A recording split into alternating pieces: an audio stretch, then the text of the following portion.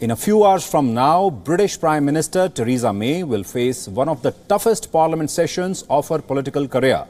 This one comes right after her decision to join the US and France in launching airstrikes on Syria over a suspected chemical attack.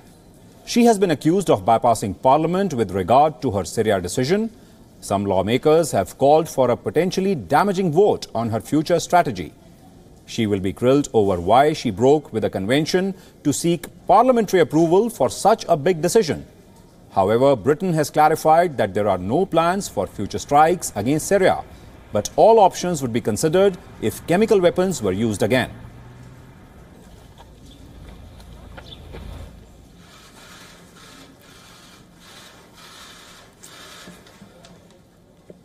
Joining me on the broadcast is WION's correspondent Mandy Clark. She's joining us from London. Mandy, big day for Theresa May. She must be bracing up for a tough parliamentary hearing.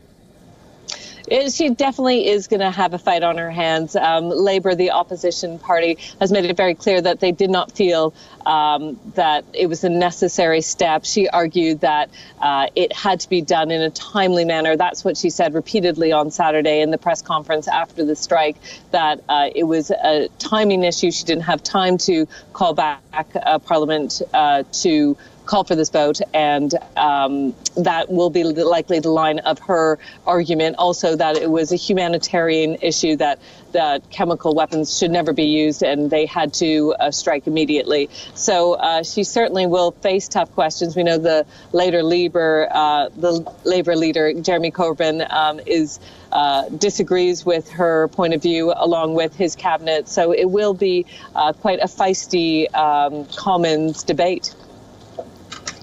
Right. And Mandy, whatever May is expected to face in Parliament, is it a true reflection of the public opinion in UK over these strikes in Syria, or is it just about politics? Well, it is definitely about politics, but the UK public is seeing, there was polls after the strikes, that they were pretty split on whether action should be taken. Certainly there is a strong revulsion towards chemical weapons being used on any civilian population, and certainly it's a sensitive issue in Britain because of the Salisbury attack that happened just last month, where a spy was poisoned with a chemical weapon. But the public itself is split, so there is an appetite for the public to get more clarity on when Britain will act and strike, and whether they should be acting without parliamentary agreement.